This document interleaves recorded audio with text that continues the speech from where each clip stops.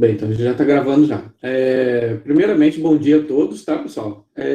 Antes de começar a aula propriamente dita, eu queria dar um recado.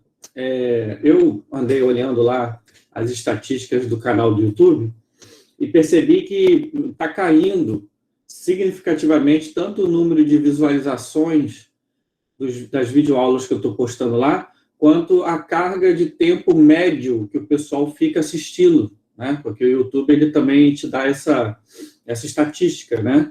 Então, assim, um número legal ali de tempo de visualização é algo em torno de 20 minutos, né? Ou seja, o que indica que a galera está entrando no vídeo e está assistindo o vídeo todo, né? Mesmo que, por exemplo, você conta ali um ou outro que entra e aí depois dá uma parada, assiste depois de novo, entendeu?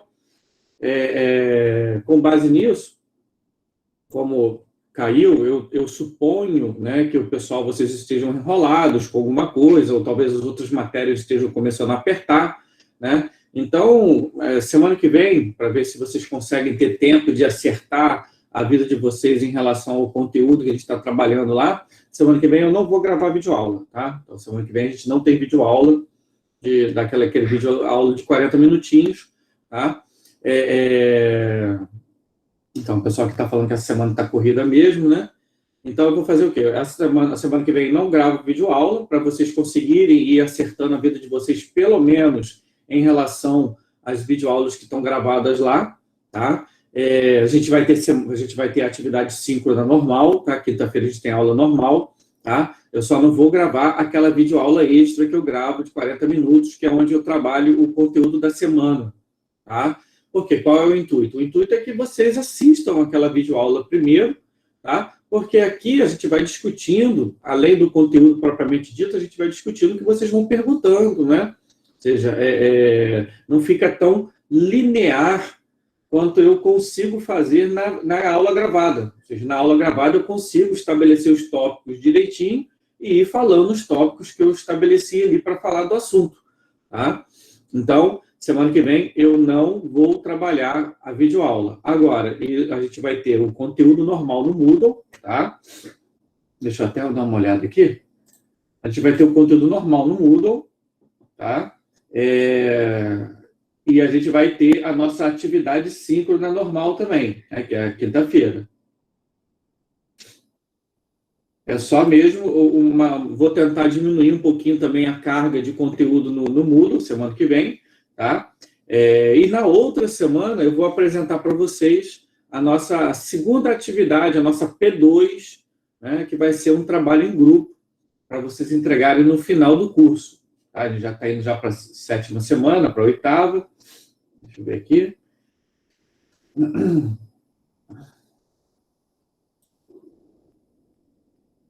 Tá, pessoal? Então, esse é o recado inicial que eu queria dar. Quer dizer, eu queria passar para vocês, né? Leia-se, obviamente. Então, semana que vem, na primeira pernada de fontes de energia, tá? A gente não vai ter a videoaula, tá? Agora, eu vou, de qualquer forma, eu já tenho uma videoaula de fontes de energia gravada do ano passado. Eu vou deixar disponível lá, se você quiser. Ah, não, eu quero assistir alguma coisa já sobre fontes de energia. Vai estar lá disponibilizado na semana que vem um vídeo, se vocês quiserem assistir, quem está, né, com a vida mais desenrolada e coisa e tal. De qualquer forma, a nossa videoaula de fontes de energia, eu vou deixar para a 8ª semana, que aí eu gravo uma videoaula legalzinha sobre fontes de energia. É um assunto muito importante. Espero que vocês não deixem de dar uma olhada também. Essa semana...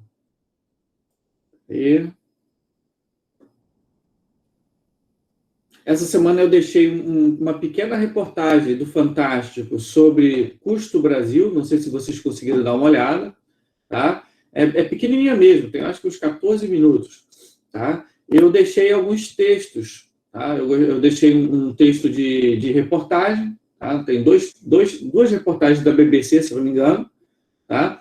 E eu também deixei 2 artigos, tá? Muito legais também para vocês darem uma lida. Tá?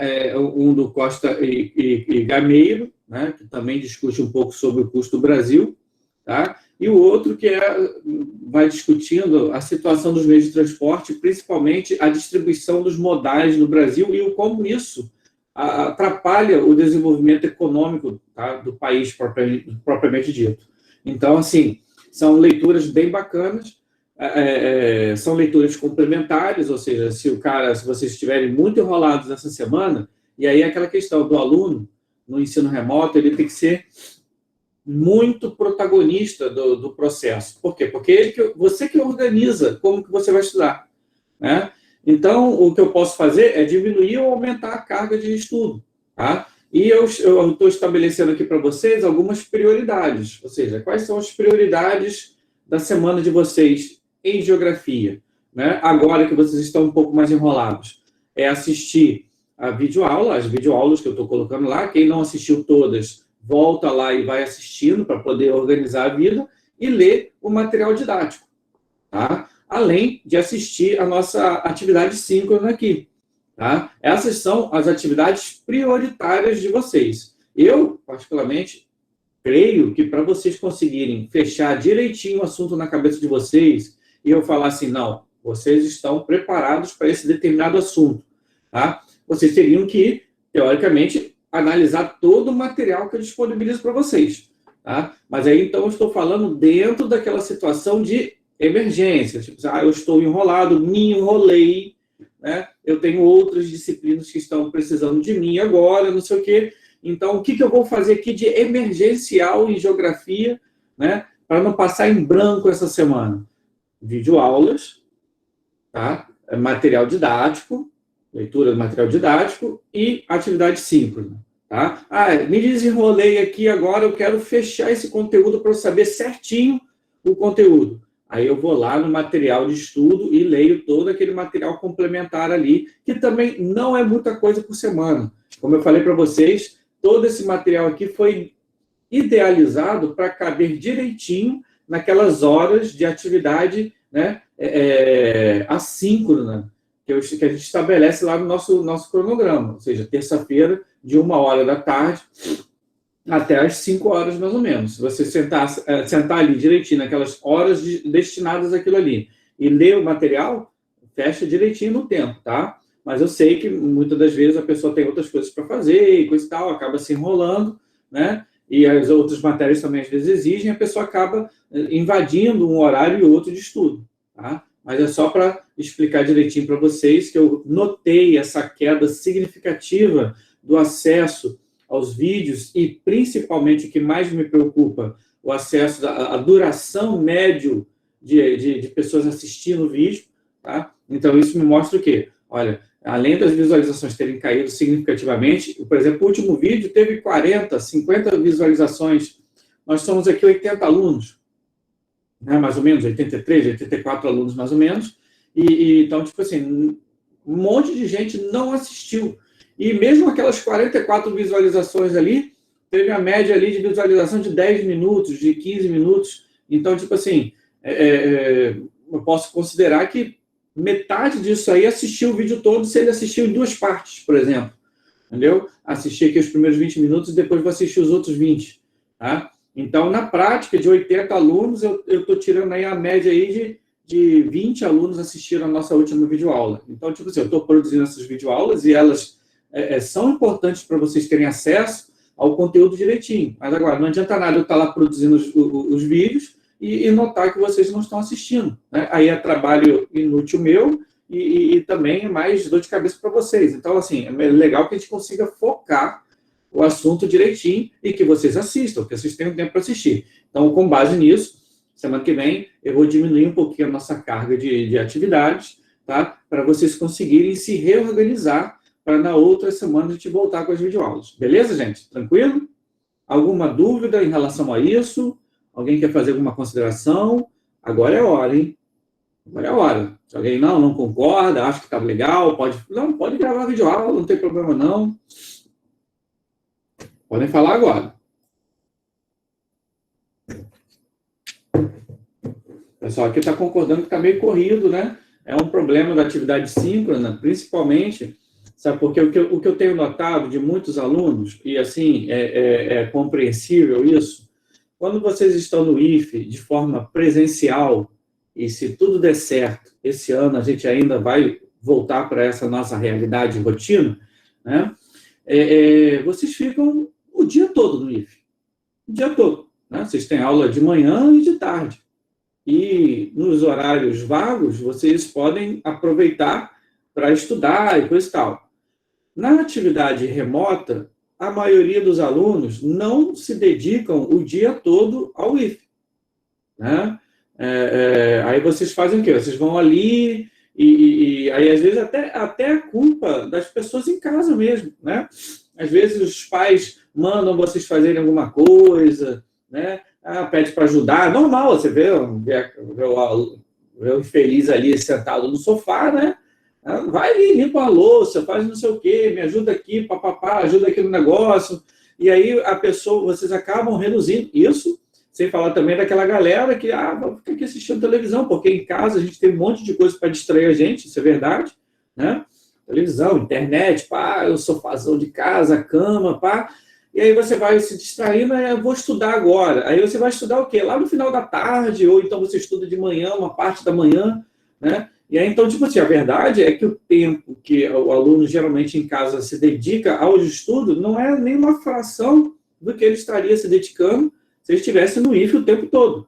Aí os professores estão passando conteúdo com base no quê? Naquela carga horária que vocês têm do dia inteiro, né? E aí, é claro, acaba sobrecarregando mesmo, né? Eu, assim, todos os alunos que eu conversei particularmente, coisa e tal, nenhum me falou assim, não, eu estudo aqui o dia todo, acordo 8 horas da manhã, e aí eu dou uma paradinha ali na hora do almoço, depois volto para estudar, né? Assim, é muito raro a gente ver esse tipo de aluno fazendo isso, né? E aí, é claro, acaba concentrando mesmo e enrolando a vida de vocês, né? Mas, assim, fica aí, então, a tentativa de dar uma ajudada para vocês nessa situação, tá? Semana que vem a gente não tem aula gravada, beleza? Acho que a maioria da galera aqui deu uma concordada, né? A galera está dizendo que está bem enrolado mesmo, coisa e tal, então vamos manter desse jeito aí. Galera, eu queria começar a aula de hoje falando um pouquinho sobre uma pergunta que veio para mim pelo WhatsApp, né? Eu não me lembro agora, eu estou sem o WhatsApp aqui porque eu estou usando o celular como webcam, né? O webcam do meu notebook não é muito boa, não, né? Não que tenha alguma coisa muito legal para mostrar, mas pelo menos para vocês poderem ver o quadro direitinho, coisa e tal. Então, eu uso geralmente o celular ali, eu tenho que desligar todas as funções, eu não consigo acessar o WhatsApp. Mas, assim, eu acho que foi o Clebson que fez uma pergunta para mim. Se o Clebson estiver aí, não sei se o Clebson está aí, né? Eu acho que foi você que perguntou sobre desemprego, né?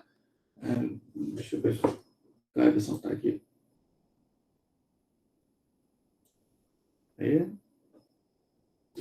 Não. Então, mas de qualquer forma, a pergunta foi a questão relacionada ao desemprego, né? E aí, como que a gente resolve a situação do desemprego? É interessante, essa pergunta é muito interessante, porque ela está diretamente relacionada à nossa vida, né? E hoje o Brasil é o país que tem um número que está ali na casa dos 19, tá? De 15 a 19, é que o Clebson estava perguntando, acho que fui eu, mas tem algumas semanas. Exatamente, Clebson. Eu acho que foi umas 2 semanas que você fez essa pergunta, e eu falei para você que a gente ia fazer essa consideração na atividade 5, e na semana passada acabei, né, esquecendo de responder essa pergunta, tá? Então, e ela é muito interessante porque ela tem um pouco a ver com a nossa situação aqui, tá? E, inclusive, com os assuntos que a gente discutiu nas últimas semanas, tá? O desemprego, hoje o Brasil, o desemprego é uma situação bastante complexa, né? Por quê? Porque hoje a gente está aí entre 15 a 20 milhões de brasileiros desempregados, tá? E, assim, é importante também a gente entender que tem um outro número que geralmente não entra nessa conta, né, que são os desalentados, né? O que são os desalentados? São aquela galera que simplesmente parou de procurar emprego, né? Ou seja, está ali 1 ano, 2 anos na pista, né? E simplesmente desistiu. A mercado de trabalho não me quer, eu não consigo, né? E, assim, não é aquele cunhado chato que fica murrinhando e coçando o saco no sofá de casa sem querer fazer nada, não, tá?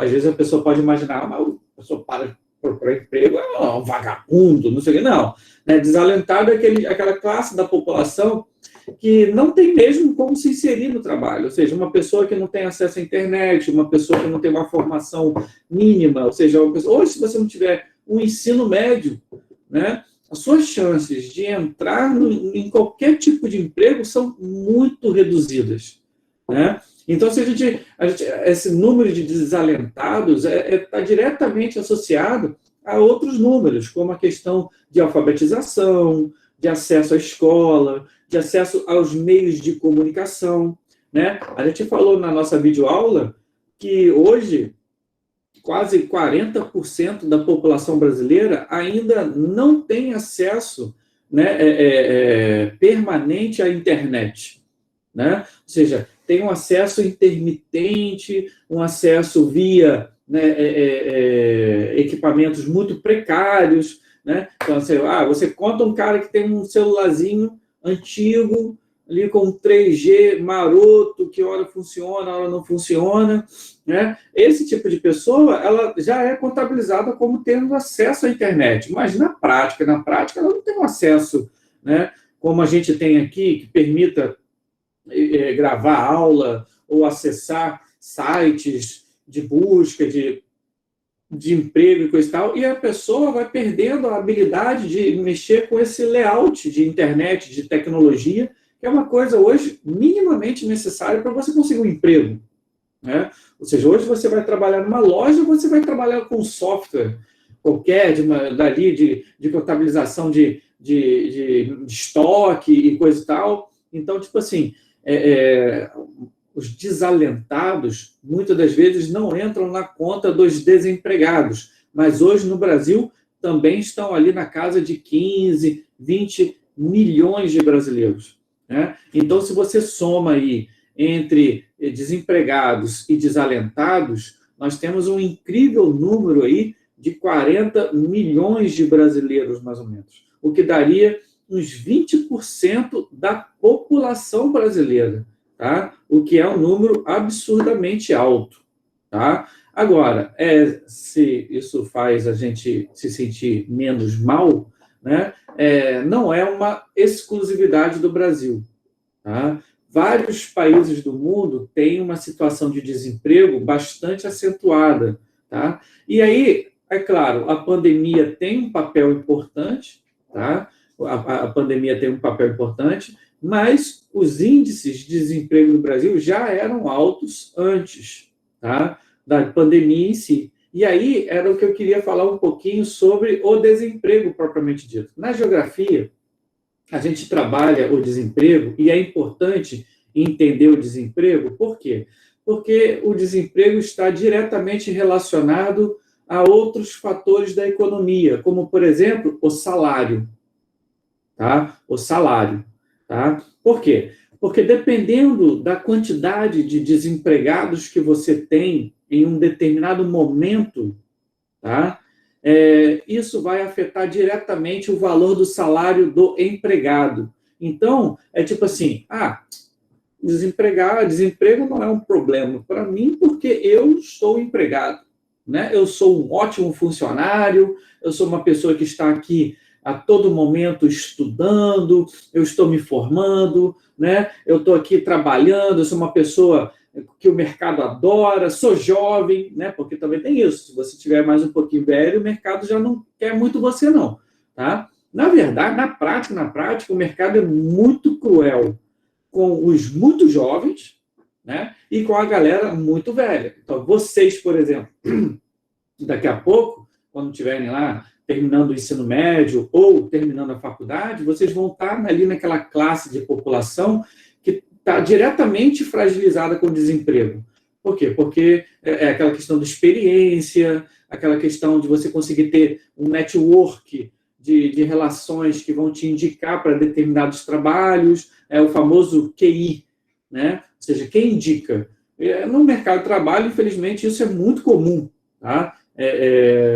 Eu, por exemplo, quando comecei a trabalhar, e principalmente quando comecei a trabalhar dando aula, eu já estava dando aula em alguns cursinhos e coisa e tal, né? Mas aí eu fui, tipo assim, eu só trabalhava em 2 colégios, eu tinha uma carga muito baixa de aula, e disse, não, cara, preciso aumentar. Eu fui distribuindo currículo, assim, sério, na boa, em Campos e Macaé eu distribuí uns 50 currículos, né? E ninguém me chamou. Eu estava já com um currículo legal, não estava com assim, já tinha uma certa experiência, já tinha ali, né,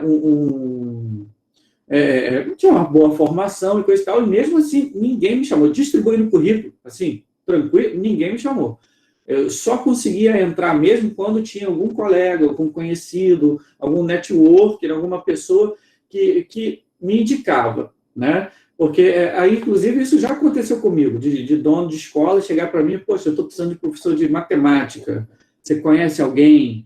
Né? Às vezes o cara com um bolo de currículo ali na pasta dele ali, mas ele vinha e perguntava para a pessoa, você conhece alguém? Alguém legal, que não falta e coisa e tal, para poder indicar, né? Então, tipo assim, a pessoa que é jovem, que está entrando no mercado de trabalho, ela tem uma dificuldade muito grande. E a pessoa que é muito velha, né? Você já está lá, já com seus 60 anos e coisa e tal, ela também é muito difícil, a não ser que ela seja uma pessoa muito gabaritada, cujo qual seu conhecimento seja muito importante, né? E aí, né, a situação se inverte, né? E aí ela se torna valiosa pelo conhecimento que ela tem, tá? Mas a maioria das pessoas não é assim, né? A maioria das pessoas, pela idade mesmo, as empresas já olham com o olho torto, essa pessoa vai ficar doente, essa pessoa está perto de aposentar e coisa e tal, né? Então a galera meio que fica... É por isso que, por exemplo, a reforma da Previdência, essa que passou agora, faz uns 2 anos,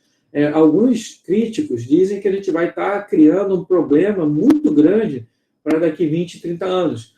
Quando uma parcela da população estiver batendo ali seus 50, 60 anos, eles estarão jovens demais para aposentar, mas velhos demais para continuar no trabalho, né? Ou seja, para alguma empresa querer eles, né? E aí essa galera vai ser demitida e não vai conseguir fechar o tempo necessário para aposentar, né?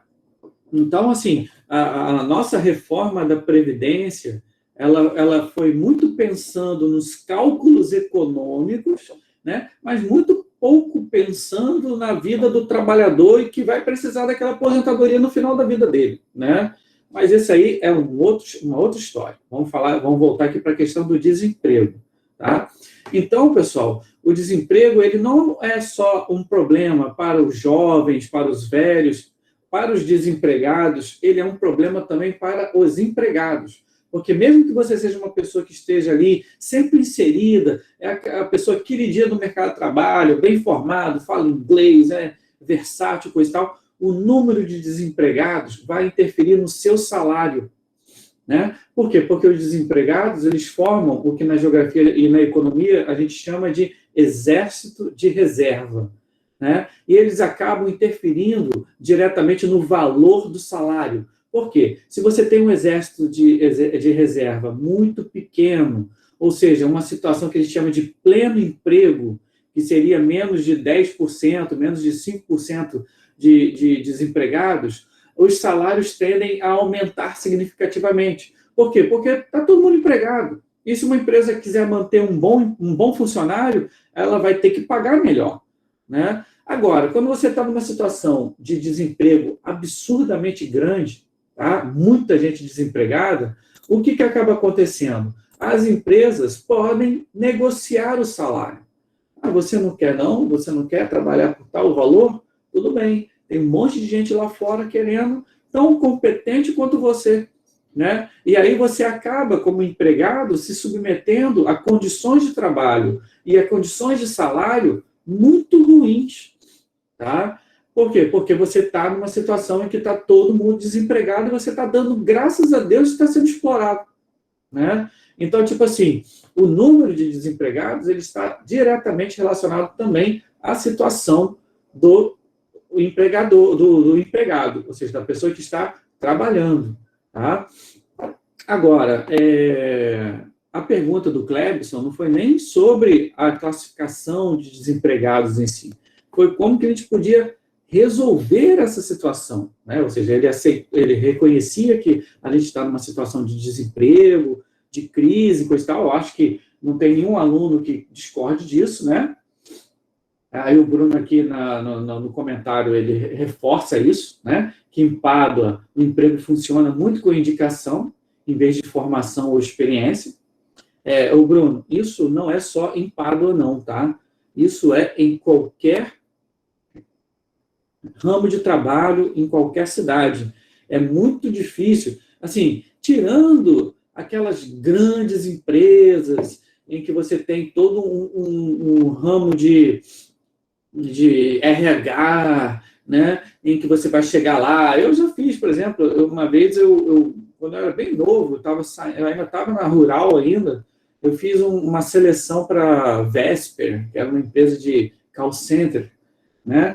E aí, tipo assim, você faz entrevista, faz dinâmica, conversa, papapá, não sei o quê, e aí você passa por toda uma série uma seleção enorme de provas mesmo, parece umas Olimpíadas de Faustão, né? Tá ali, tá, não sei o que, parece BBB o negócio, assim, né? Você vai lá e aí um dia você chega, tá um galerão na entrevista, aí no outro dia você é chamado, aí já tem a galera bem menor, aí no terceiro dia você é chamado para conversar com não sei quem, né? Aí já é só você com a pessoa ali, entendeu? Assim, tirando todas essas grandes empresas, no geral, você vai precisar de algum tipo de indicação. Por isso que, por exemplo, na faculdade, é muito importante você estabelecer um certo network, ou seja, um grupo de relações de pessoas, principalmente que vai trabalhar na área mais técnica, que vai trabalhar num lugar que não tem talvez tanto concurso, coisa e tal.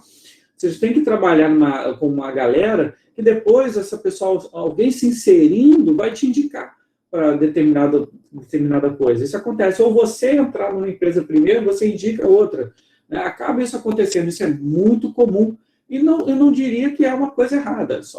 As coisas são assim. Né? É o estado das coisas. Tá? Então, em Pádua, é muito assim também. Agora, é importante você ter o QI indica, o QI, é muito importante para você entrar. Agora, para você permanecer num trabalho, para você permanecer num lugar, e principalmente para você crescer nesse lugar, aí é a sua competência, é o quanto você se dedica, o quanto você está afim de se dedicar, o quanto você acha justo se dedicar àquele emprego, entendeu?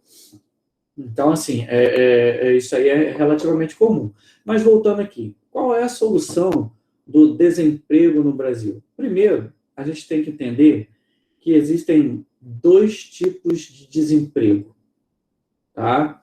Existe o que os economistas chamam de desemprego estrutural, tá? E existe o desemprego conjuntural, tá? E outra coisa, quando eu falei sobre 40 milhões de pessoas entre desempregados e desalentados, né? A gente geralmente fala assim, isso aí é mais ou menos, o Brasil tem umas 200 milhões de pessoas, isso é mais ou menos 20% da população brasileira. Não é assim que se faz o cálculo. Tá? Não é assim que faz o cálculo. Por quê? Porque somos 200 milhões de brasileiros, mas uma penca de gente é jovem, né? E uma outra penca de gente é idoso. Né? Ou seja, quando a gente pega a população brasileira, deixa eu ver se eu consigo chegar aqui no quadro. Quando a gente pega a população brasileira, tá? E divide pela estrutura etária, e aí eu não sei se vocês se lembram, a gente falou um pouquinho disso ano passado, né? A população brasileira, ela é dividida em jovens, né? Quem são os jovens? Estão conseguindo enxergar aí, né? Está dando para enxergar, né? Lespa. Não está invertido não, né? Show, beleza. Jovens, quem são jovens? São pessoas como vocês e eu, né? Na casa do 0, né, aos 19 anos. Beleza. Temos os adultos. Os adultos são as pessoas que estão ali entre 20 e 59 anos. E os idosos? a galera aí da terceira idade, tipo Diego, o Elcio, tá? Então, assim, é a galera que tem ali de 60 anos, 60 anos, até quando Deus quiser, né? É claro que esse até Deus quiser, na geografia, no estudo das populações, está diretamente relacionado à qualidade de vida das pessoas. Você vive num país em que as pessoas se alimentam melhor, que tem acesso à saúde, acesso à vacina, né? Todo tipo de vacina, não estou falando só vacina do corona. É claro que esse até quando Deus quiser, vai ser um pouquinho maior, ou seja, a galera, Deus vai demorar um pouquinho mais para chamar. Tá? Agora, de uma forma geral, quando a gente está falando sobre emprego, a gente está falando sobre uma pequena parcela da população brasileira, que nós chamamos de população economicamente ativa.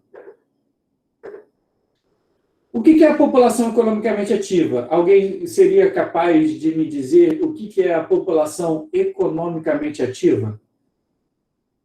Alguém pode abrir o canal aí e falar se quiser, estiver empolgado, ou pode colocar aqui no chat. Povo que trabalha, falou o Eric, né? Isso aí é uma parte, mas vamos lá, povo que trabalha. Mas, então, o pessoal que está trabalhando, peraí, o Matheus falou, trabalhando ou procurando emprego. Olha só, já colocou um item aqui importante. Porque, por exemplo, o Eric falou assim, povo que trabalha. Sim, o povo que trabalha, está correto, é população economicamente ativa. Mas e o desempregado? O desempregado não é população economicamente ativa? Aí o Matheus colocou lá, né? Galera que trabalha ou que está procurando emprego, né? Essa já é a resposta mais completa. Por quê? Porque, como a gente estava falando até agora há pouco, os desempregados, eles interferem diretamente no setor do trabalho, ou seja, no mundo do trabalho, né? Então, a gente não pode excluir o desempregado da população economicamente ativa. Então, aqueles 20 milhões ali de desempregados, mais aqueles 20 milhões de desalentados, eles entram no cálculo da população economicamente ativa, tá? Então, está correto o que o Matheus falou também. O Davi coloca assim, parte da população que está apta a trabalhar, né? Isso aí tá legal, né? Também eu concordo. O pessoal que está apto a trabalhar, ou seja, a galera que está ali procurando emprego. Agora, por exemplo, o Luciano ali falou assim, carteira assinada, ele botou como uma pergunta, né? Isso aí é uma questão muito importante que você está levantando também, tá? Por quê? Porque população economicamente ativa são todos aqueles que estão trabalhando ou procurando emprego. Tá? E entre os que estão trabalhando, a gente tem uma divisão aí também.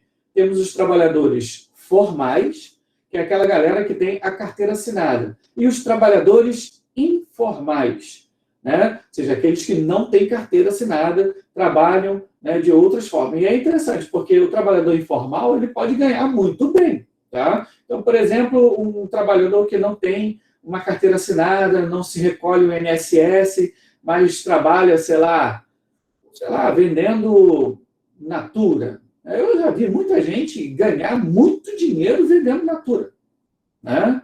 Então, o cara não é, tipo, quando a gente fala trabalho informal, não é só trabalho precário.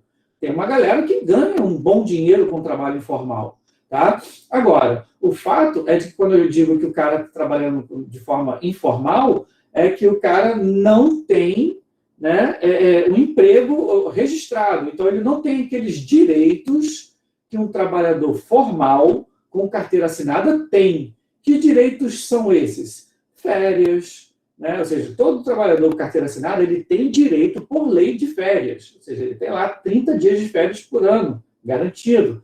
Ele tem 13º, ou seja, você trabalha. Eu acho engraçado, porque a minha filha, quando ela era mais novinha, uma vez ela falou assim, quando eu estava tentando explicar para ela o 13º, ela achou um absurdo, assim, como assim? Então você ganha mais um salário, mesmo você não trabalhando naquele mês, né? Aí eu olhei assim para essa capitalistazinha, né? Mas é verdade, mas você parar para pensar direitinho, o 13º ele faz bem também para o capital, né? Porque geralmente ocorre ali no final do ano, quando o cara está ali na época do Natal e coisa e tal, e você pega aquele 13º, aquele dinheiro a mais que você ganha e move a economia. Tá? Aliás, o que mostra diretamente que você melhorar os salários dos trabalhadores faz muito bem para a economia. Tá? Mas aí isso também é outra discussão, não quero desviar aqui. O fato é o seguinte, toda vez que você tem uma carteira assinada, você tem uma série de direitos, por exemplo, se eu ficar doente, se eu precisar me ausentar do trabalho, ou uma cirurgia, ou até acabar ficando inválido por causa do trabalho, eu posso me aposentar por invalidez, coisa e tal. Existe todo um amparo ao trabalhador formal. Tá? Ao trabalhador informal, esse amparo já não existe. Por exemplo, um motorista de Uber que não tem uma carteira assinada, ele não tem 13º, ele não tem férias, se ele ficar doente, ele não recebe nada, né? Ele não tem ali, se ele for tirar férias, ele passa 30 dias, vou ficar 30 dias de férias também, 30 dias que ele não vai receber nada, né? Então, assim, existem duas parcelas da população. No entanto, tanto trabalhadores formais quanto trabalhadores informais, eles são considerados população economicamente ativa. Tá? E essa parcela da população economicamente ativa, ela basicamente se enquadra no grupo de adultos. Ou seja, temos trabalhadores entre os jovens? Temos trabalhadores entre os idosos? Temos também. Mas a grande parcela da população economicamente ativa vive aqui nessa faixa etária, tá? Então, essa pergunta do Luciano foi bastante interessante, tá, Luciano? Então, tanto trabalhadores formais quanto informais fazem, sim, parte do trabalho da população economicamente ativa. Aí o Bruno pergunta assim, Zé, os aposentados, ainda que trabalham, entram nessa conta? Olha só, se está trabalhando, é população economicamente ativa, tá? Os aposentados que não trabalham, mas que recebem a aposentadoria, consequentemente, pagam impostos, consequentemente, compram coisas. A pergunta que eu estou fazendo para vocês, essa galera aposentada, eles fazem ou não fazem parte da população economicamente ativa? O que vocês acham?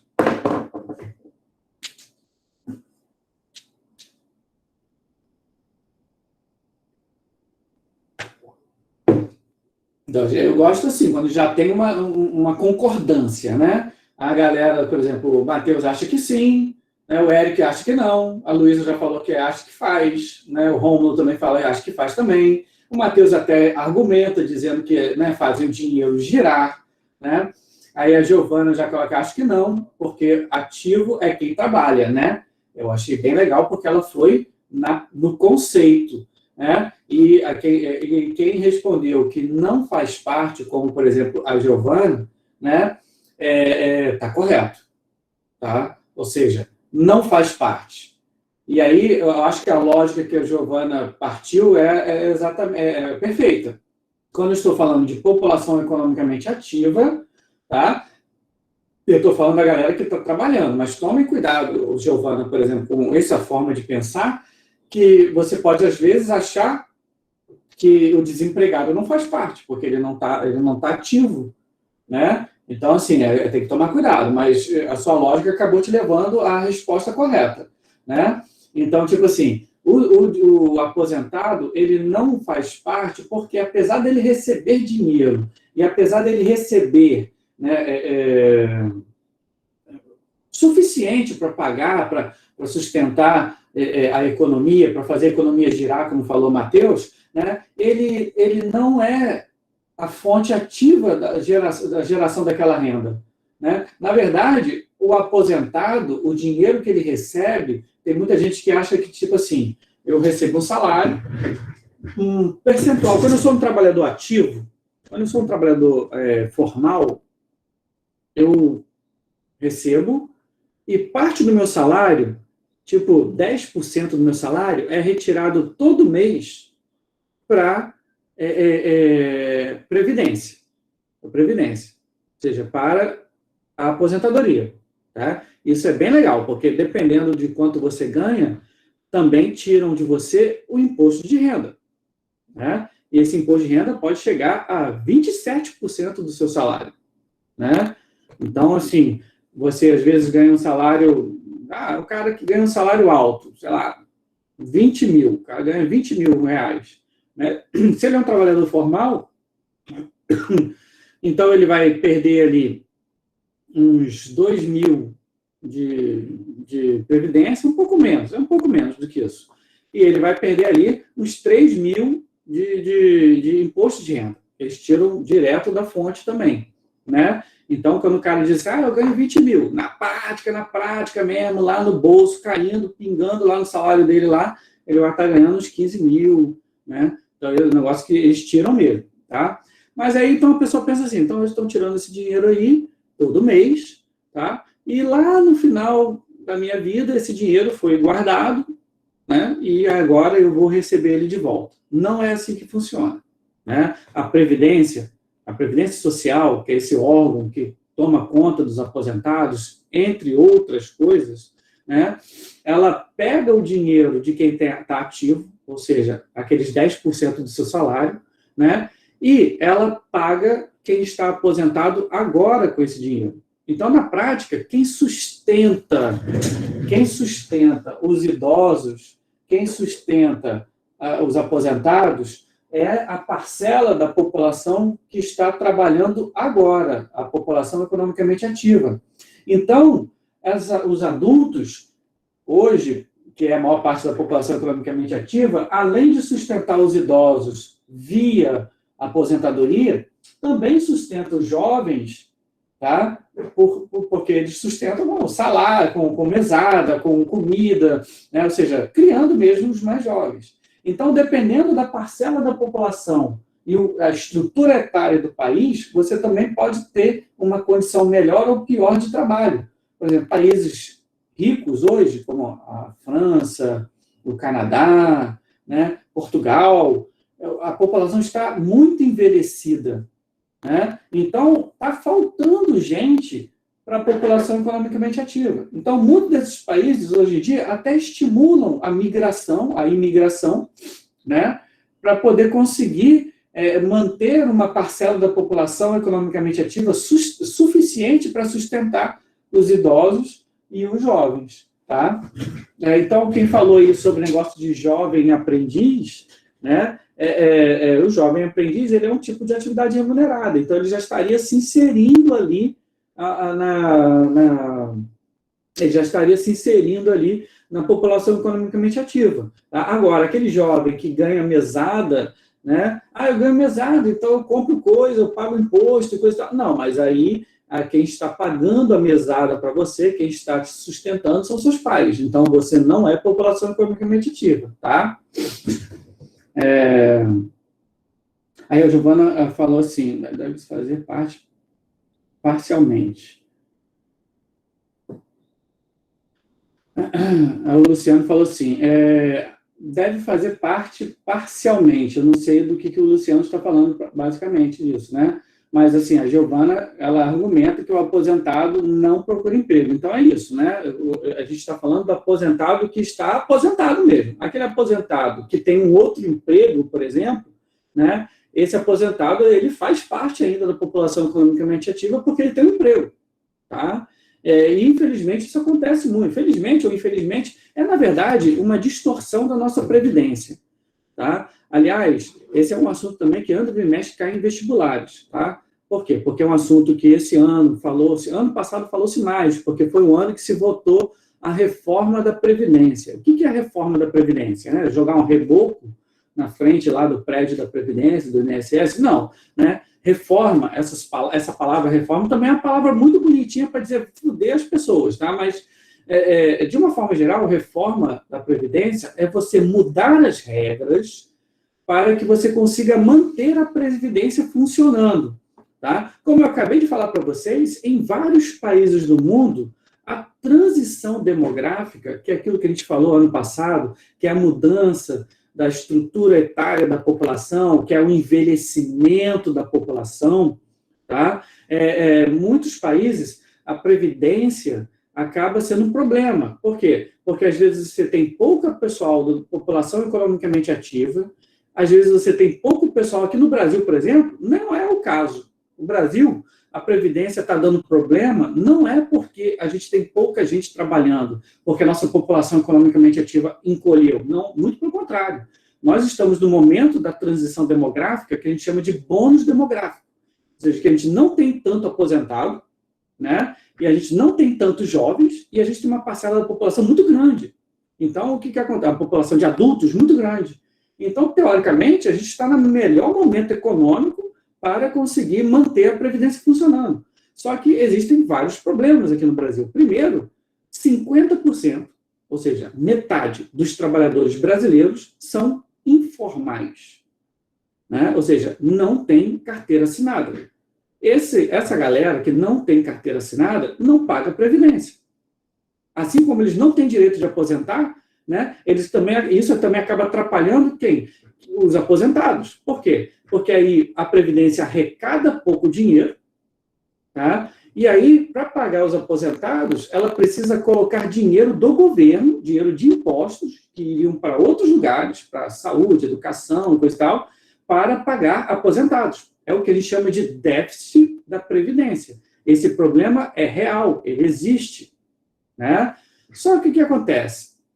Então, professor, você está me dizendo que uma reforma da Previdência era necessária. É verdade, era necessário. Só que a reforma da Previdência, como foi feito, ela não atacou alguns problemas muito sérios da Previdência. O primeiro problema é fora da Previdência, essa questão dessa parcela absurdamente alta de pessoas que não são trabalhadores formais, né? Isso é ruim, tá? Outro problema é a própria estrutura da Previdência. 90% da população que aposenta ganha um salário mínimo. E aí o que acontece? Muita dessa galera não pode simplesmente se aposentar, tem que continuar trabalhando. Então, a aposentadoria acaba servindo para nada para essa pessoa. É só um complemento da vida dela, um complemento do salário, né? Então, essa já é um problema. Outro problema é o seguinte, dos 90% trabalham ganham um salário mínimo.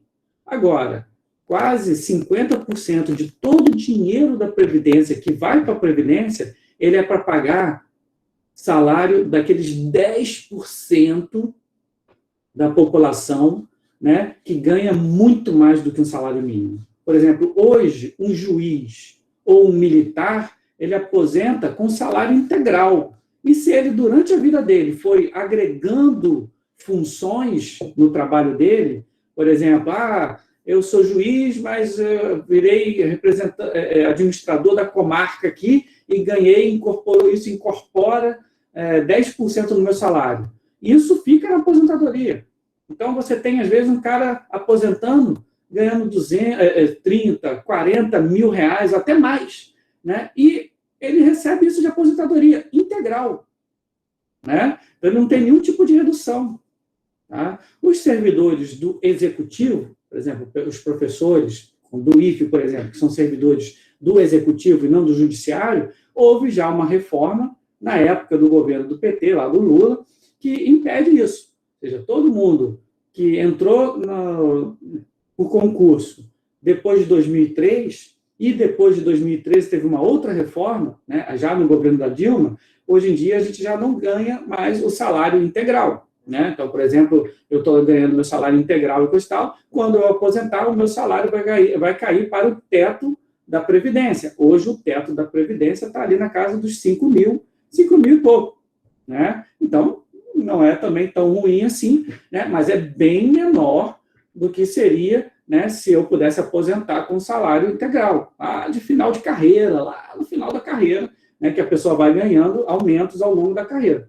Né? Então, vocês podem ver que as reformas atacaram quem? Ou seja, ou mudaram a vida de quem? A galera que ganha menos, que aí agora vai ter que trabalhar muito mais, né? Dos servidores do executivo, que também ganham menos, mas aquela castazinha de servidores do judiciário, de militares de alta patente, uma galera que ganha super salários, eles não mexeram em nada nessa galera. Né? Então, esse déficit vai continuar acontecendo, porque a reforma não foi feita para todos. Tá? Então, vamos lá, a reforma da Previdência era necessária, era uma situação importante, tá? Só que ela foi feita de forma incompleta e não atingiu os mais ricos. E pior, não se fez nada para melhorar o outro problema, que é a quantidade de dinheiro para entrar, que é aumentar o número de trabalhadores formais, tá? Deixa eu ver se tem alguma coisa aqui. O Bruno reforça aqui, né, que o desempregado está ativamente desesperado por emprego. Isso aí, como a gente está falando aqui, diretamente associado aos valores dos salários. E se o cara vai ser trabalhador formal ou não, né? Então, tipo assim, uma pessoa ali está oferecendo um bico. Não, faz aqui um trabalho. Por exemplo, domésticas. Hoje em dia, as domésticas, teoricamente, existe toda uma lei que protege elas. Elas deveriam ser trabalhadoras formais, elas deveriam ter carteira assinada e coisa e tal. Só que o direito de trabalho, ele é tão caro, porque as pessoas acabam reclamando nisso, principalmente quem tem empregados. Ah, mas é muito caro ter empregado, porque eu tenho que pagar imposto, papapá, papapá. Só que, assim, aquela questão, isso também está relacionado à qualidade de vida do empregado.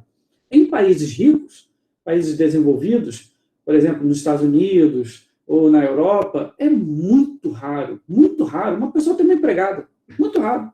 Por quê? Porque uma pessoa de classe média não tem dinheiro suficiente para pagar uma empregada, né? Aqui no Brasil, não. Como a mão de obra é muito, muito precarizada e os salários são muito, muito baixos, as pessoas conseguem ter empregadas. E aí que também é aquela questão, não, olha só, não vou te pagar a carteira assinada porque eu não tenho condição, né? É pegar ou largar. Aí a pessoa, numa situação de desemprego, né, de desespero, ela vai lá e tenta, e também acaba aceitando, né? O Luciano pergunta, quem é autônomo? É a pergunta, quem é autônomo? É formal ou informal? Né? Creio eu que seja a pergunta dele, né? Olha, o autônomo, ele pode ser formal se ele pagar a previdência. Ele pode pagar, ele pode assinar a carteira dele, né? Então, eu posso ser um autônomo e coisa e tal, e eu assino a minha carteira, pago os impostos, né? O que vai me dar direito, por exemplo, não a 13º, mas me dá direito, por exemplo, se eu ficar doente, né, a me aposentar por invalidez, se eu me acidentar, me dá direito à aposentadoria, né? Agora, de uma forma geral, o autônomo, ele é um trabalhador informal, porque muito raro um trabalhador autônomo, né, acaba pagando previdência, tá? Então, por exemplo, é o caso dos motoristas de Uber, é o caso, né, das pessoas que vendem esses produtos aí como Natura e coisa e tal, são todos trabalhadores informais, são autônomos e informais, tá? Hoje, metade das pessoas que têm emprego, ou seja, metade dos trabalhadores brasileiros são informais. Então, vocês estão conseguindo ver a gravidade da situação no Brasil, da questão do emprego. Eu não quero desanimar vocês não, tá, gente? Porque daqui a pouco vocês vão estar se apunhando nisso aí, tá? Mas, assim, a verdade é essa. A verdade é que a situação do emprego no Brasil está... Até o pessoal aqui até saiu agora, ficou desanimado. Viu? Olha só, a situação não é desanimar vocês. Tá? Na prática, o que uma pessoa pode fazer para melhorar as chances dela no mundo do trabalho? Se você não nasceu rico, se você não nasceu de uma família de pais que têm um negócio e coisa e tal, a sua chance é se formar melhor, é estar mais habilitado, estudar, cursos de inglês, né? Assim, antigamente essas coisas eram garantia de um bom emprego, fazer uma faculdade, coisa e tal. Hoje em dia não é mais garantia, mas ainda são os melhores caminhos para você conseguir um bom emprego. Alguns grupos, o IBGE estabelece que cada ano de estudo a mais que você tem, isso reflete em um percentual maior de salários. Agora, me fugiu o número, né? Acho que é 300, 400, 500 reais a mais no salário, no salário médio que a pessoa tem, né? Por ano de estudo. Então, tipo assim, quanto mais você estudar, melhor você vai estar preparado para se inserir no mundo do trabalho. Mas hoje, a situação do mundo do trabalho no Brasil é desalentador, né? Por quê? Porque você tem uma taxa de desemprego alta, você tem, né, um mundo do trabalho onde você tem um alto nível de informalidade, tá? Então, assim, é complicado. A situação de vocês, com certeza, vai ser uma situação complexa para se inserir no trabalho. Mas também não é fim do mundo. Vocês vão conseguir, e quando a pessoa é engajada, ela consegue. Tá? Agora, para fechar, a gente tem que entender que existem, então, dois tipos de desemprego: o estrutural e o conjuntural. Hoje, o Brasil sofre dos dois. Ou seja, existe o problema dos dois desempregos no Brasil. Só que um desemprego é menos pior do que o outro. Tá? Por quê? O desemprego conjuntural, como o próprio nome diz, é uma situação de conjuntura. É como as coisas estão agora. Exemplo. Estamos na pandemia. Todo mundo, né, na pandemia, de uma forma geral, a economia se desaqueceu. Por quê? Porque, pela própria natureza da economia, né, pela própria situação da pandemia, muitos setores de atividade tiveram que fechar as portas. Por exemplo, a área toda de cultura, toda a área de cinema, né? Bares sofreram muito com isso. Por quê? Poxa, a gente está numa pandemia, uma doença que se transmite pelo ar, né? Por gotículas. Então, você tem que eliminar e você tem que evitar, né, as aglomerações. Tá? Então, nessa realidade, muitas atividades que dependem de aglomerações foram muito prejudicadas. Né? Então, assim, é muito importante a gente entender o seguinte: não existe uma dicotomia saúde e economia. Não existe, não tem como se dividir, se separar. Ou a gente toma conta da saúde, ou a gente toma conta da economia. É uma coisa só. Né? Agora, é fato que a gente precisa saber equilibrar esses dois mundos. Nem é aquela situação do início da pandemia em que todo mundo fica em casa. Né? Fica em casa, todo mundo. Né? É óbvio que não existiria como se manter a economia funcionando dessa forma por muito tempo. Né? A gente lembra daquele primeiro mês da pandemia. Lembra? Parece que faz 1 milhão de anos. Tá? Mas faz só o quê? Uns 13 meses, 14 meses. Né? Aquele primeiro mês que ficou todo mundo trancado em casa, com o cu na mão e coisa e tal. Né? A verdade é que aquela situação ela seria impraticável por muito tempo. Tá? Agora, o outro lado, que seria tipo, não, vamos seguir a economia funcionando normalmente, né? Que a doença vai vir e vai matar quem tem que matar e depois vai embora. Isso também não é uma forma legal de lidar com a situação. Por quê? Porque cada morto é um problema para a economia também. Cada pessoa que morre, cada gasto com UTI, cada gasto com remédios, cada gasto com hospitais e coisa e tal, isso é uma situação prejudicial à economia. E mais, se as pessoas começassem a morrer em um volume absurdamente alto, muito mais alto do que a gente tem agora, porque hoje a gente está caminhando no Brasil com toda a subnotificação. Né? É importante ressaltar isso. Tá? Por que é certo que existe subnotificação? Estão se registrando menos mortes do que realmente está acontecendo. Porque você tem um registro oficial de pessoas que morrem de Covid, aquelas pessoas que foram testadas e morreram, né? E você tem um número absurdamente alto de pessoas que morrem de síndromes respiratórias graves. Ou seja, a pessoa tem sintomas de Covid, a pessoa tem o mesmo tratamento que uma pessoa de Covid, só ela morre igual todo mundo de Covid morre, né? Problemas respiratórios, falta de ar, não sei o que lá, mas não se testou essa pessoa. Né? Então, essa pessoa não entra na conta do Covid, ela entra na síndrome respiratória grave, né? Aguda grave. Então, aquela categoria. Se você olha esses números, né, síndrome grave, né, aguda respiratória, é um número altíssimo também, tipo 10 vezes o que a gente tem normalmente por ano.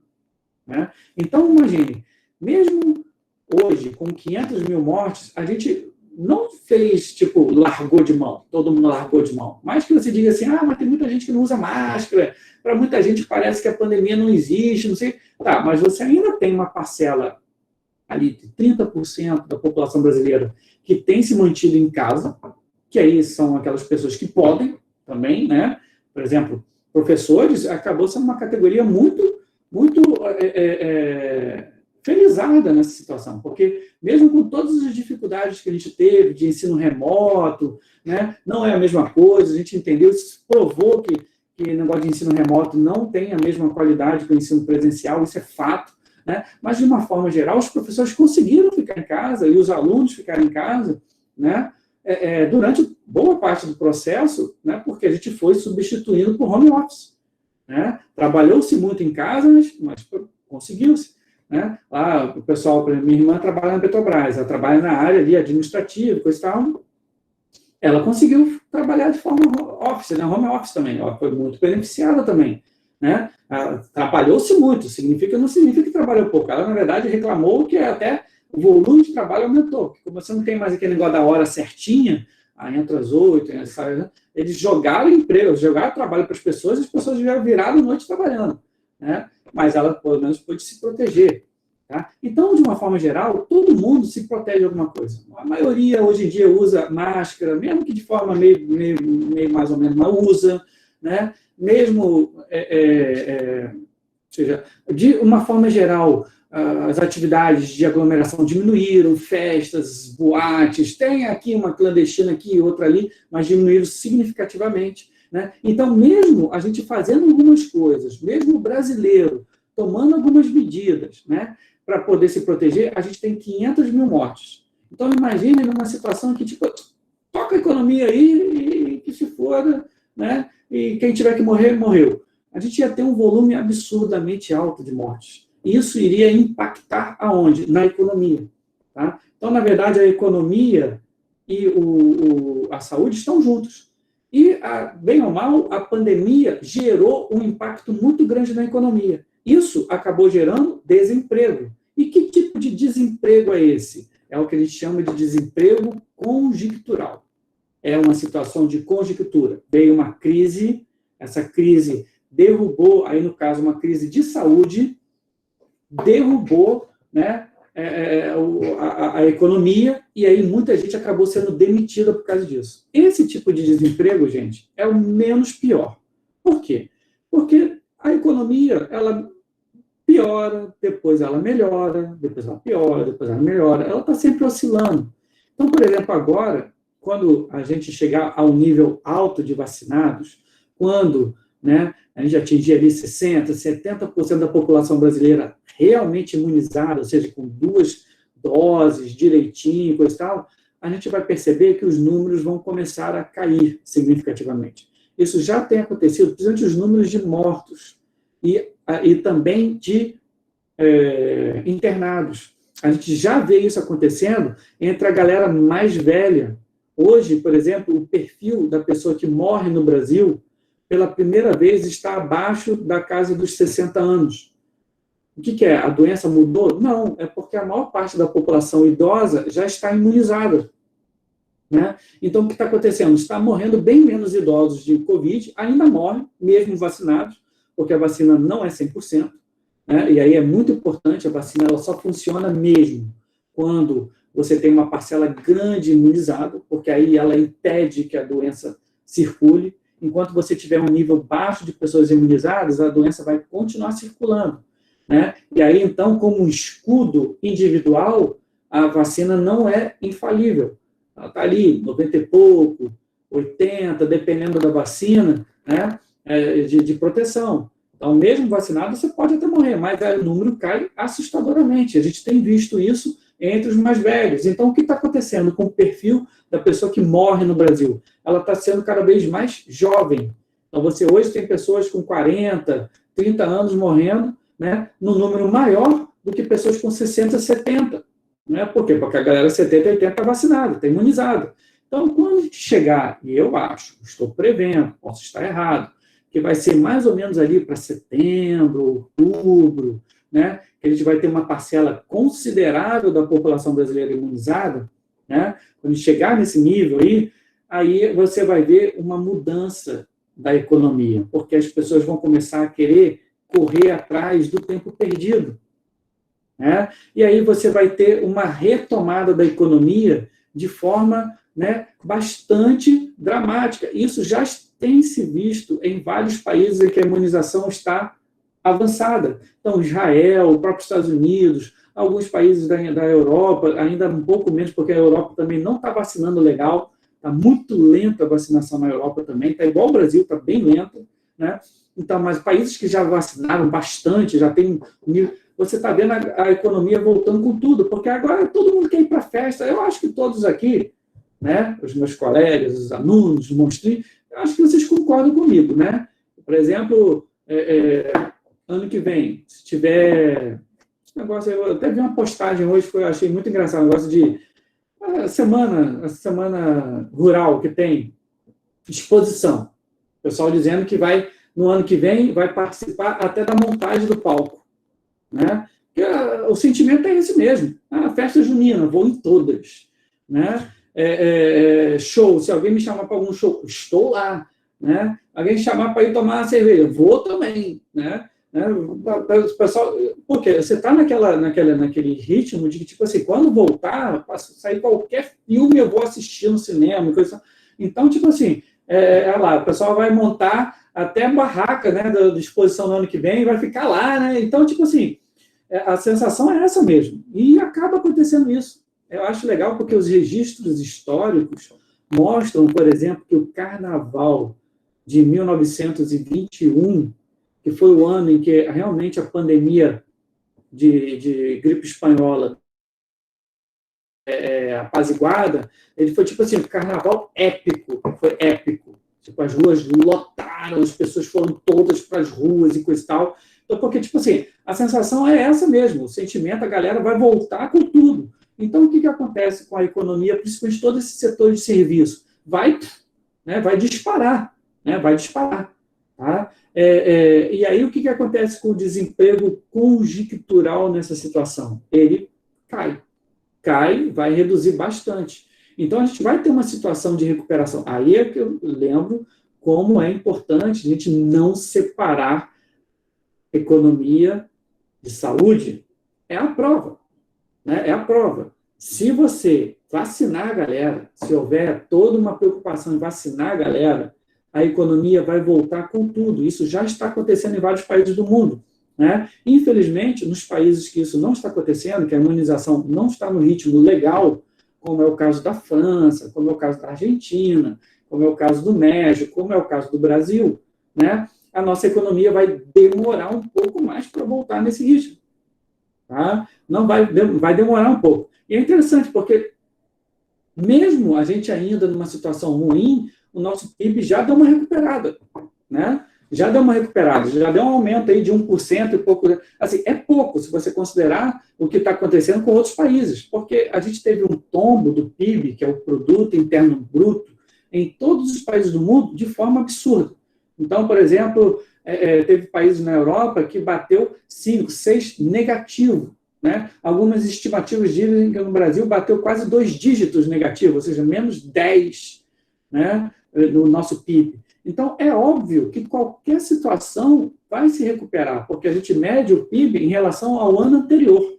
Então, como a gente teve um PIB muito baixo no ano anterior, qualquer coisa vai fazer o nosso PIB subir, né? E foi o que aconteceu, né? Como alguns países lá fora já estão se recuperando economicamente, isso está aumentando o consumo. Consequentemente, está aumentando a produção. Então, está aumentando a procura pelo que a gente chama de commodities, né? Então, o Brasil é um grande fornecedor de commodities. Petróleo, minério de ferro, alumínio, né? Todo o agronegócio, questão de soja, carne. Então, o que acontece? Esses setores, eles acabaram se recuperando com as exportações, né? Então, esse aumento que a gente está vendo agora na nossa economia, ele não chega para a gente, para as pessoas comuns, né? Por quê? Porque são setores que ocupam muito pouca mão de obra. E aí, essa é a questão.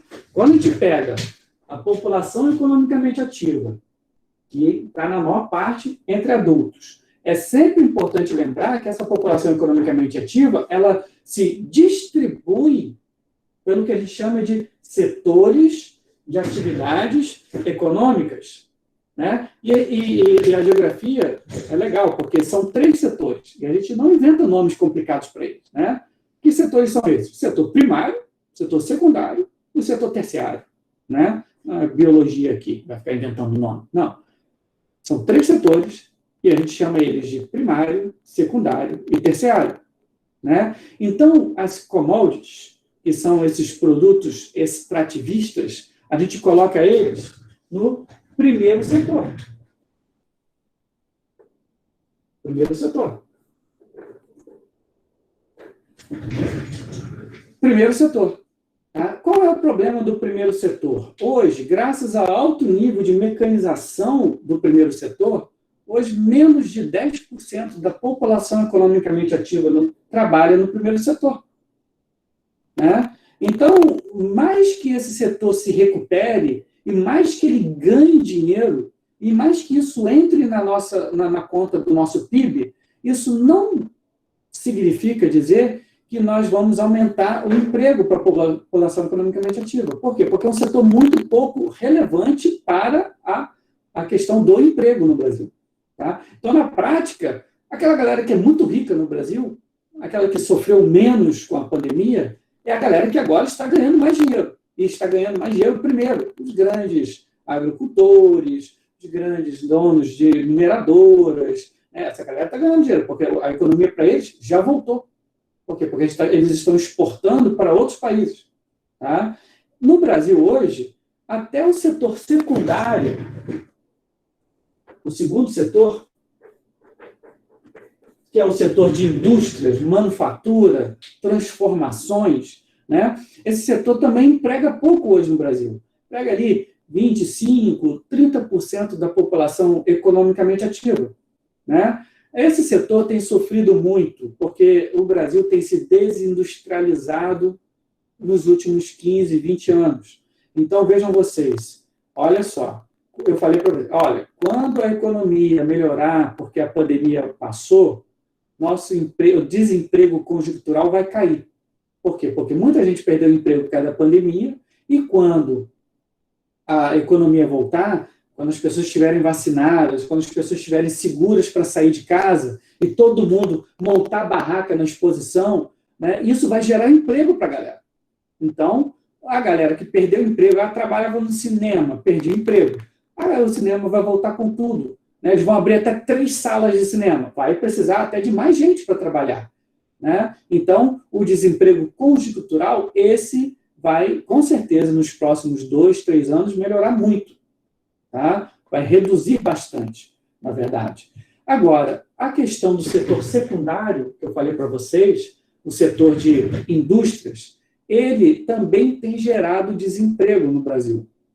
Mas não é desemprego conjuntural. É desemprego estrutural. Esse é o pior desemprego. Por quê? Porque é aquele desemprego que significa uma mudança estrutural da economia.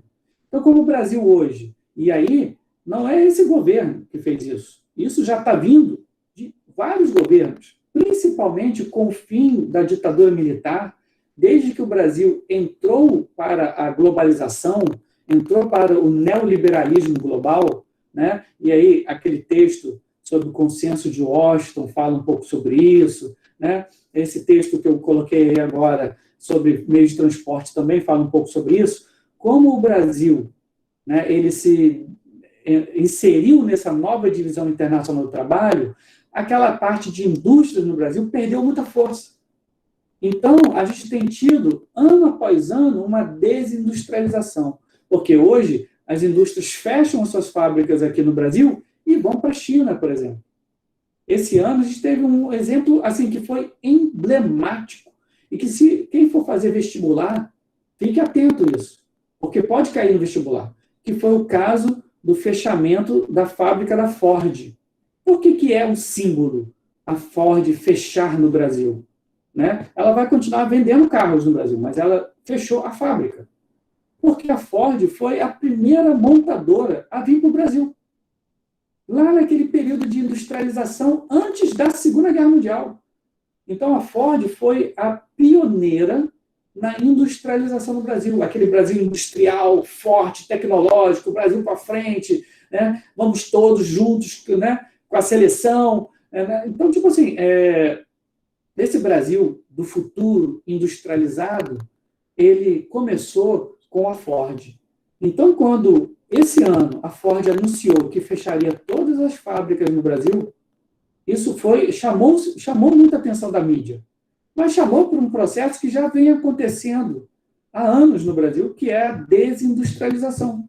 Várias fábricas, a gente não tem mais fábricas de trens, a gente tinha fábricas de trens até alguns anos atrás, né? Nós não temos fábricas, assim, até a nossa fábrica de aviões, né, a Embraer, ela está correndo risco, né? Então, fábricas de pequenas coisas, né, pequenos objetos, né, móveis, coisas, a gente tem perdido essa parte.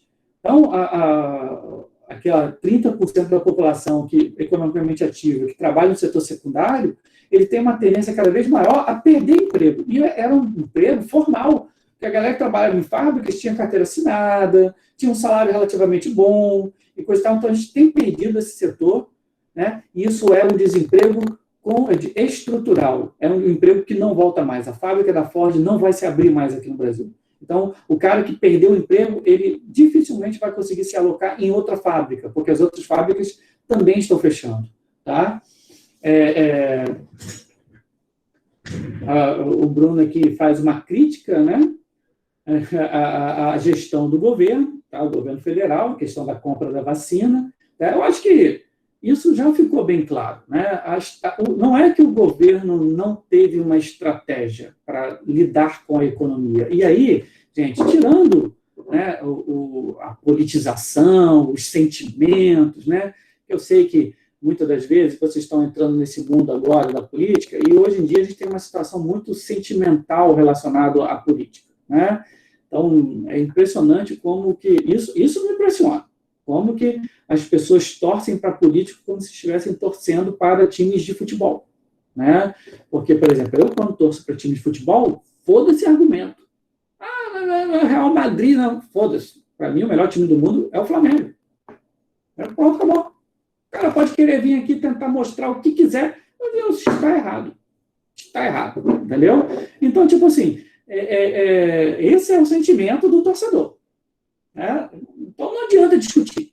Né? O futebol é só zoação. Entendeu? Agora, quando você, né, passa esse sentimento para a discussão política, é muito engraçado, é complexo. Tá? Ou seja, você tem... Assim, eu tenho amigos, por exemplo, que são petistas, né, que eu, por exemplo, já votei no PT. Eu não me considero um petista. Né? Porque, tipo assim, eu olho hoje o programa do PT e o projeto que o PT tem para o Brasil, eu não olho com empolgação. Né? Por quê? Porque eu acho que foi um projeto que funcionou ali no início dos anos 2000, acho que esse projeto hoje, não sei se vai funcionar tanto para o Brasil, até pelas situações, né, estruturais que a gente tem visto. Né? Então, tipo assim, eu analiso com esse ponto. Qual é o projeto que esse partido tem? Qual é o projeto que esse político tem para o Brasil? Né? Gostei. Tá? Então, vou votar nesse cara, tá? Vou defender esse cara, vou concordar com esse cara. Agora, amanhã ou depois ele mudou, eu já não concordo mais com ele, já mudei.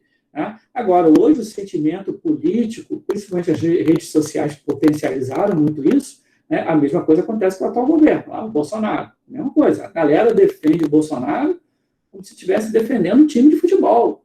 E aí você pode dizer assim, não, cara, olha só, ele errou aqui, acertou ali, papapá. Não, o cara não consegue ver isso.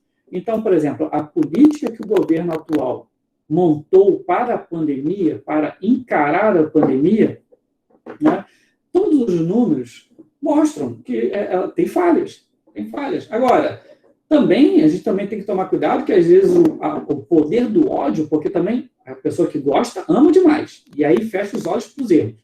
E a pessoa que odeia, né, odeia com gosto, né, e também fecha os olhos para uma situação que é óbvia. O problema da vacina é mundial. Entendeu? O problema da vacina é mundial. E não é só o Brasil que está atravessando o problema, dificuldades em vacinar. Tem países no mundo hoje que ainda não vacinaram uma pessoa sequer. Não vacinaram uma pessoa sequer. Tem países no mundo hoje que não vacinou ninguém. Né? Então, e até países muito desenvolvidos, né, cujo qual a população, teoricamente, é uma população mais bem instruída, como é o caso da França, né, está com uma parada, uma vacinação se arrastando também. Né? Então, tipo assim, agora, é óbvio que quando você analisa, e a CPI aí agora que está aí no Congresso mostrou bem claro, é que o governo adotou uma estratégia equivocada.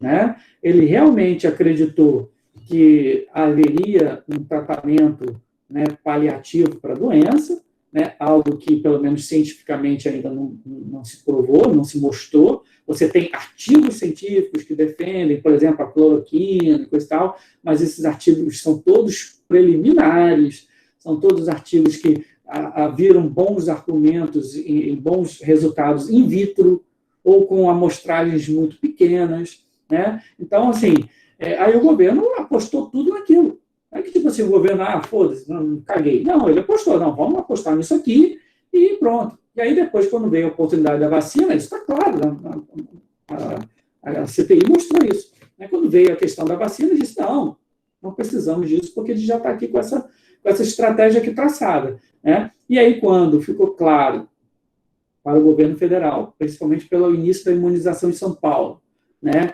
de que ele ia ficar para trás nessa situação, aí ele foi correr atrás do prejuízo. Né?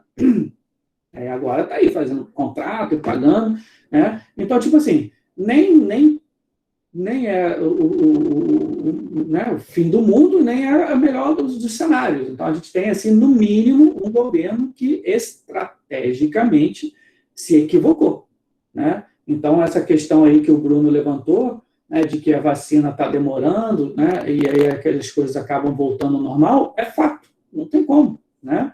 A gente poderia ter vacinado mais se o governo tivesse adotado essa estratégia. Agora, também é fato que o nosso governo não está sozinho no mundo nessa situação. Né? Vários outros países do mundo também pensaram da mesma forma que o nosso governo, né? E também estão se lascando agora para conseguir correr atrás. Por quê? Porque a demanda é muito grande, todo mundo quer vacinar, né? Porque os índices estão mostrando, os países que estão com níveis de vacinação altíssimos estão já se recuperando, e aquela questão, quem se recuperar primeiro vai ganhar mais dinheiro, porque é uma corrida. A economia é uma corrida constante. Né? Se o seu país não estiver na vanguarda, se o seu país não estiver lá na frente, você vai acabar ficando para trás. Né? Então, infelizmente, essa situação. Mas mesmo nesse cenário, né, em que o governo errou estrategicamente, coisa e tal, né, e errou em vários segmentos, em várias áreas em relação à vacina, a gente vai, aos trancos e barrancos, muito provavelmente, né, vacinar todo mundo até o final do ano. É muito provável que pelo menos toda a população adulta do Brasil esteja vacinada até o final do ano. Né? E aí é por isso que é muito importante, aí é aquela questão, que o governo mantém-se no erro. Né? Ou seja, haveria de se ter uma grande campanha nacional. Na época da ditadura militar era assim, gente. A gente erradicou inúmeras doenças no Brasil, né, como a varíola, a paralisia infantil, sarampo, né, várias doenças foram varridas do Brasil. Por quê? Porque na época da ditadura militar, os caras botavam na propaganda na televisão todo dia se construiu um imenso sistema nacional de imunização, que é o melhor do mundo. Né? O Sistema Nacional de Imunização consegue levar vacina lá para a cabeça de cachorro, né? Lá no Amazonas, que são 3 dias de barco, né? Para você chegar. Eles conseguem levar, tem postos em todos os municípios do Brasil, são 5.500 municípios no Brasil, todos têm postos de vacinação prontos para receber vacina. Então, tipo, isso tudo foi construído na época da ditadura militar. Né? Esse grande sistema nacional de imunização. Né? Então, tipo assim, hoje o atual governo que vangloria tanto o período militar, né, que assim como qualquer governo teve pontos positivos e pontos negativos, ele não repete essa questão que os militares fizeram muito bem na época deles, que era dar uma importância grande às vacinas, criar um sistema nacional de coordenação, né? Porque o que acontece? Hoje, joga-se para os municípios. A infraestrutura do Sistema Nacional ainda está sendo utilizada, e por isso que a gente consegue distribuir bem as vacinas. Mas aquele programa nacional que coordenava tudo, vamos ver um exemplo? Hoje está uma zona. Cada município está escolhendo quem vai vacinar primeiro.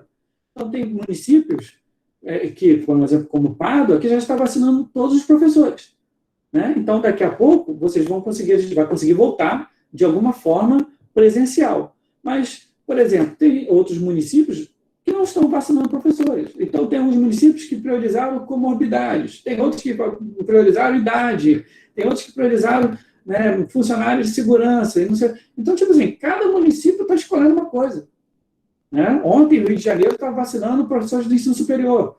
Então, tipo assim, de cada município decidir o que vai fazer da sua vida. Então, fica meio complicado. Você tem um programa nacional que diga assim, olha, traça prioridades. Primeiro os mais velhos, porque são os que mais morrem, né? Depois, com comorbidade. Depois vai descendo a idade, né? E aí, não, mas peraí, tem alguns segmentos que são importantes e vitais. Tá, então, vacina segurança, né? Vacina educação. Isso, nacionalmente, você estaria coordenando uma coisa que sempre foi assim nos anos anteriores. Então, isso é também uma falha até maior, para mim, ao meu ver, do que essa questão das vacinas não estarem chegando. Porque, bem ou mal, agora o governo correu atrás e comprou. A gente já tem aí 300 milhões de vacinas compradas. Só que o problema é elas chegarem, porque também, para fabricar tudo, e o mundo todo querendo, né?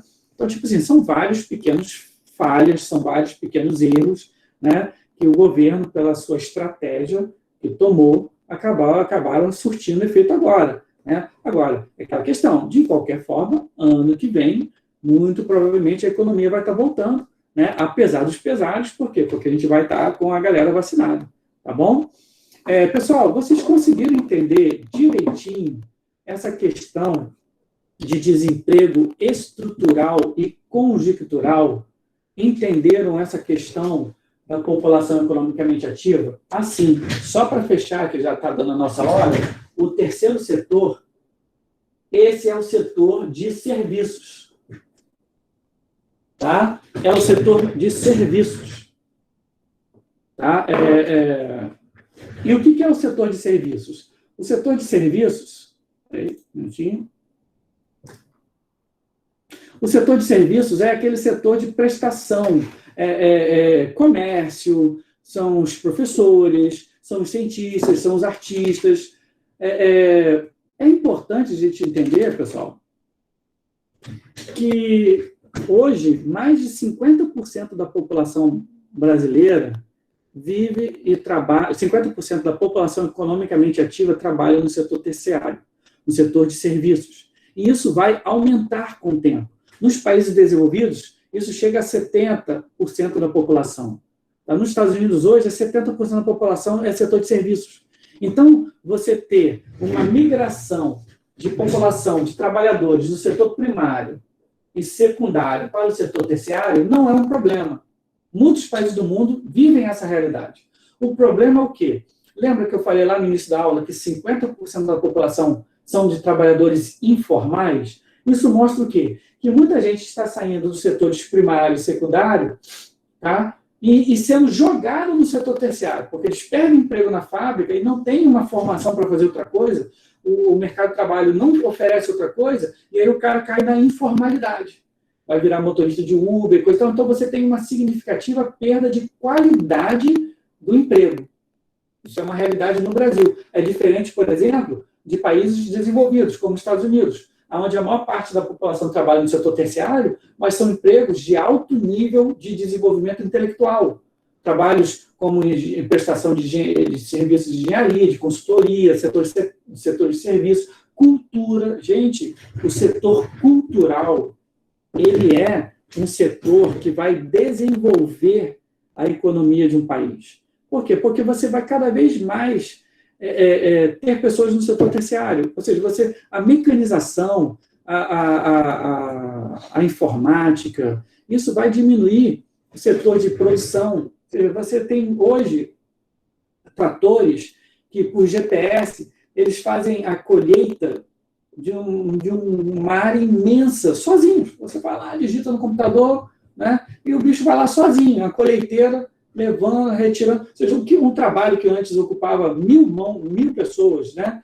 Ou seja, 1.000 pessoas para poder tirar, sei lá, cortar soja, né? Colher soja.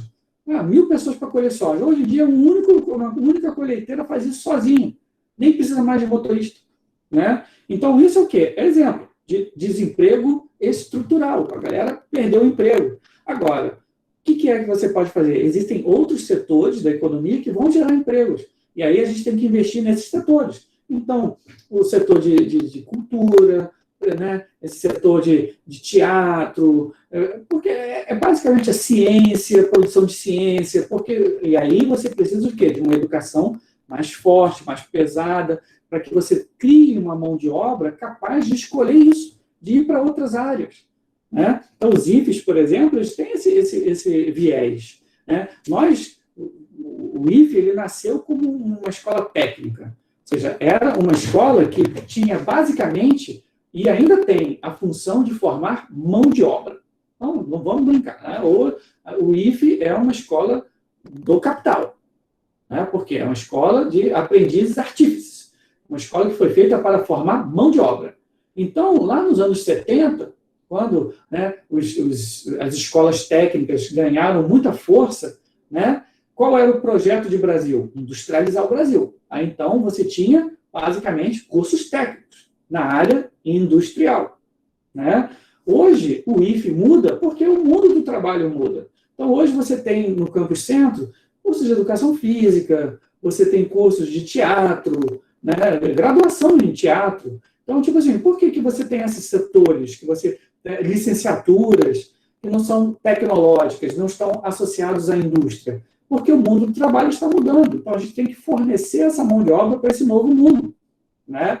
Então, essa é a minha dica. Provavelmente, né, o mundo do trabalho, para quem está pensando, se preocupando com alguma coisa, eu quero ter emprego, o mundo do trabalho ele vai ser o setor de serviços, tá? O setor terciário. Essa é a minha dica para mim. Quando vocês forem pensar no que vocês querem fazer da vida de vocês, essa é uma realidade que vai estar, né, nos próximos anos. Tá? Bem, pessoal, eu vou aqui puxar agora a frequência, tá? Eu não puxei a frequência ainda hoje. Aí, um minutinho. Eu quero só saber, pessoal, já nossa aula está encerrando aqui. O melhor time do mundo é o Avaí que ganha do Vasco. Pô, gente, para de usar isso aí, gente. Meu Deus. Maria, olha só. O seu sentimento pelo Vasco, ele é uma coisa que toca a minha pessoa, né? Seu amor pelo Vasco. Você não perca isso, não vira casaca, hein? A gente tem que sofrer com o time até o fim. Eu já tive no comando do ataque do Flamengo, Val Baiano. Entendeu? Obina. Tá? Então, tipo assim, as coisas mudam, as coisas melhoram. A Giovana está um pouco desalentada aqui, diz que é preocupante, eu não sei do que eu falei aqui que é preocupante, mas muitas coisas são preocupantes que eu falei hoje, tá? Hoje foi uma aula para preocupar mesmo, e ela ficou um pouco desalentada sobre a questão do Brasil, o Brasil não vai para frente. O Brasil vai para frente, Giovana, eu sou uma pessoa que vejo o copo meio cheio, tá? O Brasil vai para frente, passos lentos, de vez em quando dá uns 3, 4 passos para trás, né? Mas, de uma forma geral, o Brasil de hoje é muito melhor do que o Brasil de 30 anos atrás. Tá? Aliás, essa é uma questão, quando você estuda a política do Brasil, você vê que, por exemplo, a ditadura militar, ela foi muito importante no crescimento da economia. Era a política do governo. Aliás, até a famosa frase do Delfim Neto, então ministro da Fazenda dos militares, esse cara tem uns 200 anos, está vivo até hoje, aliás, tá? Esses dias eu estava vendo uma entrevista dele, a famosa frase que foi para os livros de história. Foram para os livros de história. Vamos crescer o bolo para depois partir. Né? Ou seja, o bolo que ele está falando ali era o PIB. E, realmente, durante a época da ditadura militar, o Brasil cresceu assustadoramente. Foi o famoso milagre econômico brasileiro. O Brasil saiu lá da 40ª, 50ª economia do mundo para figurar entre as 10 maiores economias do mundo e ali ficou para sempre. Ou seja, a gente está ali os 10, 15 maiores economias do mundo até hoje. Então, o Brasil é um país estupidamente rico.